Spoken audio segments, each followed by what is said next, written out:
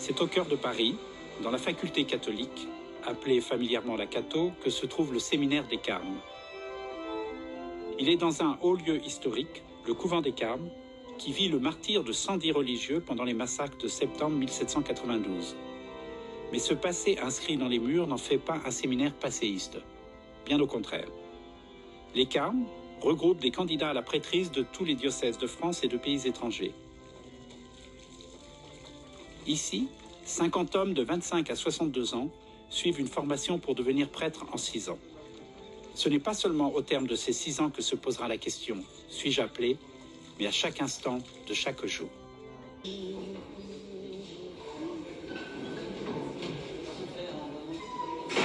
Au séminaire, il y a 2 soirées et un week-end consacrés à la prédication. Donc on avait chacun une petite homélie à préparer, on se filmait en la disant, et puis après on se commentait, on se disait ce qui allait, ce qui allait pas.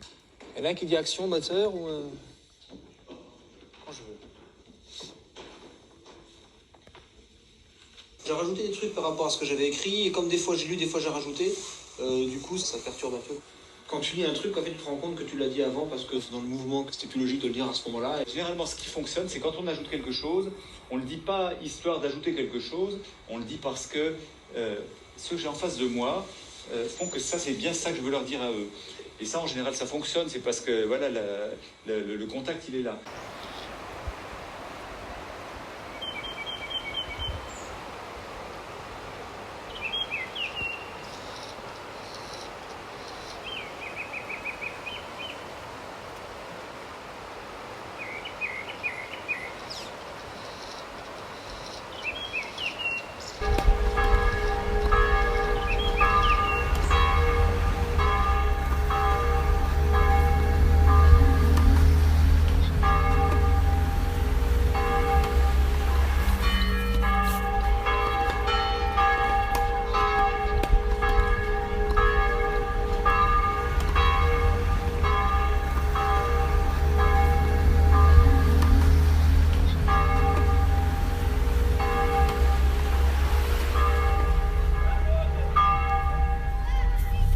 Le japonais, c'est peut-être une des langues les plus difficiles à apprendre.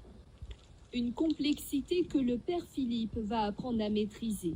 Pendant 3 ans, il va étudier à l'université catholique de Nagoya, la langue, mais aussi la culture japonaise.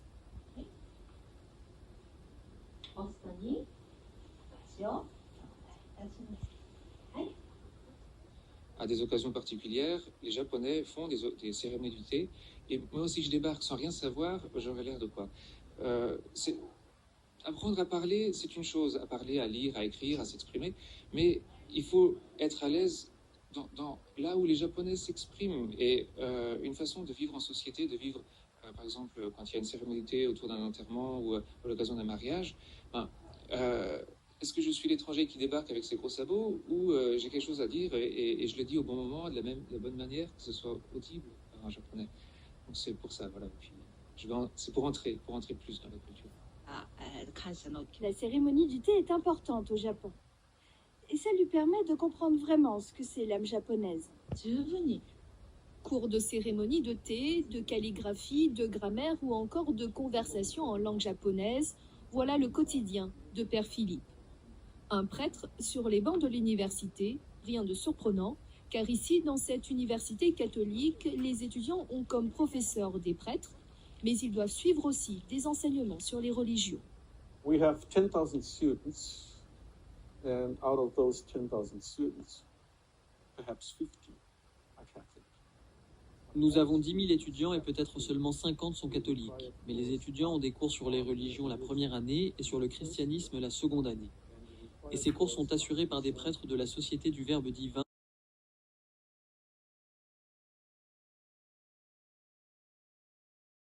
et des professeurs catholiques. Dans le but d'avoir une bonne éducation, vous devez avoir des connaissances dans la religion. C'est notre politique depuis 60 ans déjà. Le regard que j'ai vis-à-vis des missionnaires qui viennent ici, ils arrivent au Japon pour travailler, donc ils ont une motivation particulière. Sur 125 millions d'habitants, le Japon compte environ 450 000 catholiques. L'Église japonaise a 1481 prêtres, dont 887 sont japonais. Pour les autres, comme le père Philippe, Exercer sa mission au Japon est-elle facile?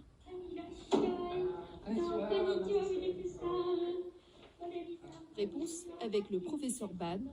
Elle a l'habitude d'aider et d'accompagner les prêtres dans leur apprentissage de la langue, mais aussi dans la liturgie japonaise. Je ne dirais pas que sa mission est très difficile. Elle est difficile, certes, et il a besoin de temps pour comprendre les Japonais et les Japonaises. Il aura besoin de beaucoup de temps pour comprendre la société. Society and people.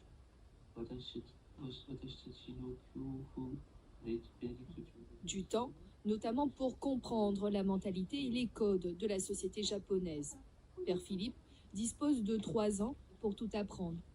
À la fin de ses études, il sera ensuite affecté dans un diocèse japonais. À quoi est-ce qu'on sert dans l'Église au Japon? Certainement que les évêques pourraient très bien se débrouiller avec ce qui est déjà sur place. Envoyer un prêtre français en plus, au point de vue nombre, ça n'a peut-être pas beaucoup de sens, je ne sais pas. Mais c'est peut-être pas ça la question. C'est plutôt, moi je suis envoyé ici et je compte bien, faire mon travail de prêtre et de chrétien, c'est-à-dire vivre de la rencontre du Christ dans ma vie de tous les jours et le partager. Et pour le Père Philippe, devenir missionnaire en Asie était plus qu'une évidence. Lui, qui depuis enfant rêvait de faire quelque chose d'assez fort avec Dieu, a vu son souhait se réaliser. Le Père Philippe a 33 ans et le Japon est devenu son pays d'adoption, sa nouvelle patrie. C'est l'Église qui m'y envoie. Et donc c'est une affaire aussi entre Dieu et moi, et avec l'Église. Est-ce que la France me manque? Pour l'instant, je ne le ressens pas trop, mais ça viendra sans doute un jour. Mais je suis peut-être plus dans l'état d'esprit que... en fait, je suis chez moi ici.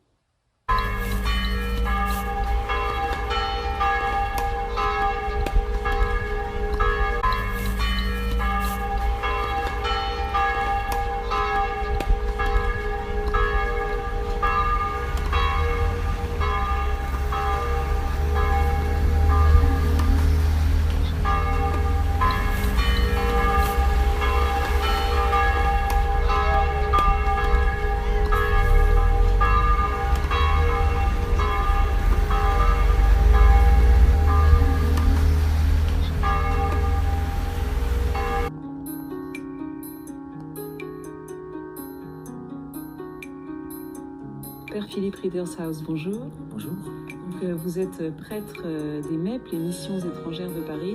Vos parents habitent Arcang, donc nous sommes ici à Arcang pour cette rencontre à l'occasion de la semaine missionnaire. Est-ce que vous pouvez nous raconter déjà comment vous est venue votre vocation pour être prêtre et plus précisément pour être prêtre des missions étrangères de Paris? Pour moi, c'est venu après mon école d'ingénieur. J'ai étudié l'agronomie et je voulais partir en travaillant dans cette branche-là. Et les missions étrangères de Paris m'ont proposé un poste en Indonésie où il s'agissait de créer une ferme. Donc c'était parfait dans mon projet. Je suis parti et là-bas, j'ai rencontré des pères des missions étrangères, des prêtres indonésiens aussi. Et c'est en voyant leur vie de chrétien, leur vie de pasteur, de prêtre, que, en fait, je me suis dit, mais c'est ma vie, c'est ça que je veux faire, que je voudrais faire. Donc après, je suis rentré en France. Je ne suis pas tout de suite entré au séminaire, mais après, au séminaire, ça s'est confirmé. Alors effectivement, c'est une vocation très, très spécifique d'être MEP, donc missionnaire. Est-ce que vous pouvez nous expliquer comment ça fonctionne? Donc vous êtes finalement prêtre diocésain dans un autre pays que le vôtre, c'est ça l'idée? Exactement. Oui, nous sommes diocésains. Par certains aspects, on ressemble à des prêtres religieux, mais on n'a pas les vœux des religieux. On est vraiment envoyé par un diocèse de France vers un diocèse d'Asie à travers les missions étrangères. Et donc moi, je suis incardiné dans le diocèse de Lille. C'est là où j'ai grandi. Donc, j'ai demandé à l'évêque de Lille s'il pouvait m'accepter, m'accueillir comme un de ses prêtres. Et donc c'est en tant que prêtre du diocèse de Lille, prêtre diocésain de Lille, que je suis envoyé au Japon. Même si c'est à vie, je reste quand même rattaché à Lille. Et au Japon, j'ai été affecté au diocèse de Sapporo,